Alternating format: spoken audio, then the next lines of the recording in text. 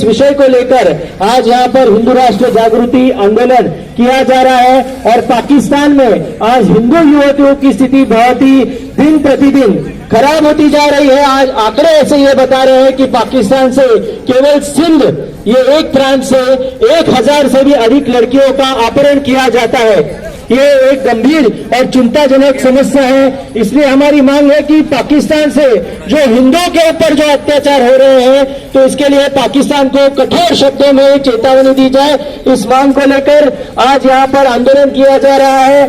America, रूस, Japan और आदि जो मित्र देश है इन सभी को मिलकर पाकिस्तान के जो अल्पसंख्यक हिंदू समाज है इन पर हो रहे अत्याचारों की जानकारी देकर पूरे विश्व से पाकिस्तान पर दबाव लाने का प्रयास किया जाए। यह मांग आज हम इस हिंदू राष्ट्र जागृति आंदोलन के माध्यम से देश की राजधानी जंतर मंतर से यहाँ पर हम कर रहे हैं। संयुक्त राष्ट्र संघ में भारत में जो भारत के पाकिस्तानी इन पर जो पाकिस्तान के हिंदुओं पर जो अत्याचार हो रहे हैं इसके विषय में गंभीरता से यह विषय रखकर दबाव बनाया जाए। इस मांग को लेकर आज यहाँ पर आंदोलन किया जा रहा है। तो मैं सभी से यहाँ पर आह्वान करूंगा कि यहाँ पर हस्ताक्षर अभियान भी लिया जा रहा है। एक हस्ताक्षर कर आप इस अभियान में अवश्य सहभाग लीजिए। यह हम सभी का राष्ट्र कर्तव्य है। बंधुओं, पूरे विश्व में आज हिंदुओं पर आघात हो रहे हैं, इसलिए हम सभी का यह कर्तव्य है कि हमें उनके लिए आवाज उठानी चाहिए। इसी मांग के साथ आज का यह हिंदू राष्ट्र जागृति आंदोलन किया जा रहा है। हम घोषणाओं के साथ पुनः एक बार इस आंदोलन को आगे लेकर जाएंगे। सम्य शिखर जी ये हमारे जैन बांधवों का तीर्थ क्षेत्र है और 24 में से 20 तीर्थंकरों ने इस पहाड़ी पर उपासना करके मोक्ष की उच्चतम अवस्था की प्राप्ति किया है।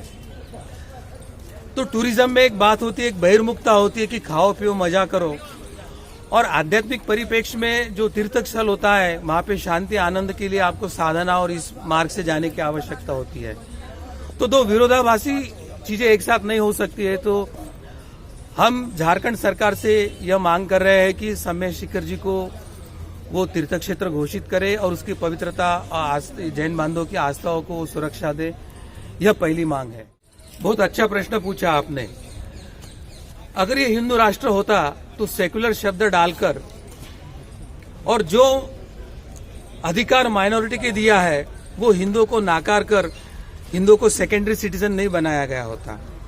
अगर भारत हिंदू राष्ट्र होता तो 1947 में जब सेपरेशन हुआ तो इस्लामिक रिपब्लिक और पाकिस्तान अगर बनता है तो उसी समय भारत को हिंदू राष्ट्र भारत ऐसा घोषित करना आवश्यक था, परंतु ऐसा हुआ नहीं। और रही दूसरी बात कि जब तक संवैधानिक तौर पर भारत को हिंदू राष्ट्र घोषित नहीं किया जाएगा, सनातन वैदिक हिंदू धर्म परंपरा को घोषित नहीं किया जाएगा, तो चाहे हमारे बेटी हो, बच्चे हो, हमारे मंदिर हो, मंदिरों का सरकारीकरण हो, मंदिरों का धन जो सरकार उपयोग कर रहा है, या वक्फ बोर्ड के नाम पर जो किसी की भी प्रॉपर्टी उठा रहे हैं, मंदिरों की प्रॉपर्टी हो रहा है, हमारे किले को वो अंडरटेक कर रहे हैं, इस प्रकार का हिंदुओं पर अत्याचार नहीं होता था।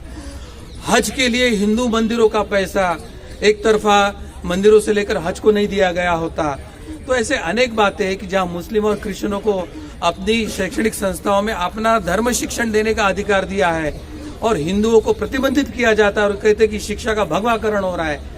तो ये जो डिस्क्रिमिनेशन हो रहा है इन नेम ऑफ इक्वेलिटी, हमारा संविधान इक्वेलिटी को मानता है, परंतु माइनॉरिटी के नाम पर जो इनइक्वेलिटी डिस्क्रिमिनेशन भारत में हो रहा है उसके कारण स्वयं घोषित स्वयं हिंदू राष्ट्र तो है परंतु हिंदुओं को कोई अधिकार नहीं बचा है। मेरे पास जन्म सर्टिफिकेट है, सरकार का ठप्पा नहीं, इसलिए मेरे जन्म का प्रॉब्लम है।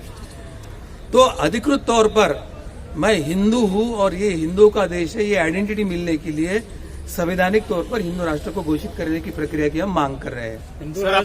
सर आपने कहा पाकिस्तान को लेकर के आपने सवाल उठाया कि पाकिस्तान में जो हिंदू है उनके साथ अत्याचार हो रहा है, तो वहाँ तो हिंदुओं के साथ अत्याचार बहुत लंबे समय से हो रहा है और केंद्र की जो सरकार है, भारत की जो सरकार है, वो हमेशा इसको लेकर के ये कहती है कि हमने पाकिस्तान की सरकार से मैंने अपना विरोध जताया है। तो सिर्फ विरोध जताने से काम चलेगा?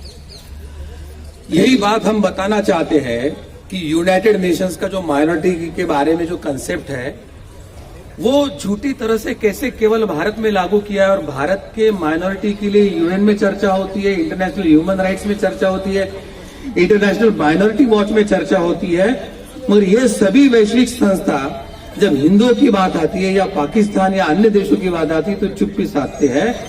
तो इंटरनेशनल पॉलिटिक्स के फेल्यूर का ये समय है। तो झूठा सेकुलरिज्म और झूठा माइनॉरिटिज्म के नाम पर भारत के जो लोकतंत्र को दिशाहीन करके रखा है, तो भारत जब स्वयं हिंदू राष्ट्र घोषित हो जाएगा और विश्व के हर हिंदुओं के लिए वो आश्रय बनेगा, तो जिस तरह से कतार और 52 इस्लामिक देशों ने भारत सरकार को पूछा कि भारत के मुसलमानों के लिए आपने क्या प्रावधान किया है, या इन 52 देशों ने कहा है कि हमारे देश में आएगा तो हलाल प्रोडक्ट ही आएगा, तो इसी तरह से हिंदू राष्ट्र भारत भी पाकिस्तान के हिंदुओं के लिए कठोरता से कह सकता है कि उस हिंदुओं की रक्षा के लिए भारत खड़ा है। और इसीलिए हम हिंदू राष्ट्र की मांग कर रहे हैं। और ये माइनॉरिटी नाम का जो यूएन का झूठा कंसेप्ट है वो कैसे आउटडेटेड हो रहा है वो विश्व ही हमें बता रहा है।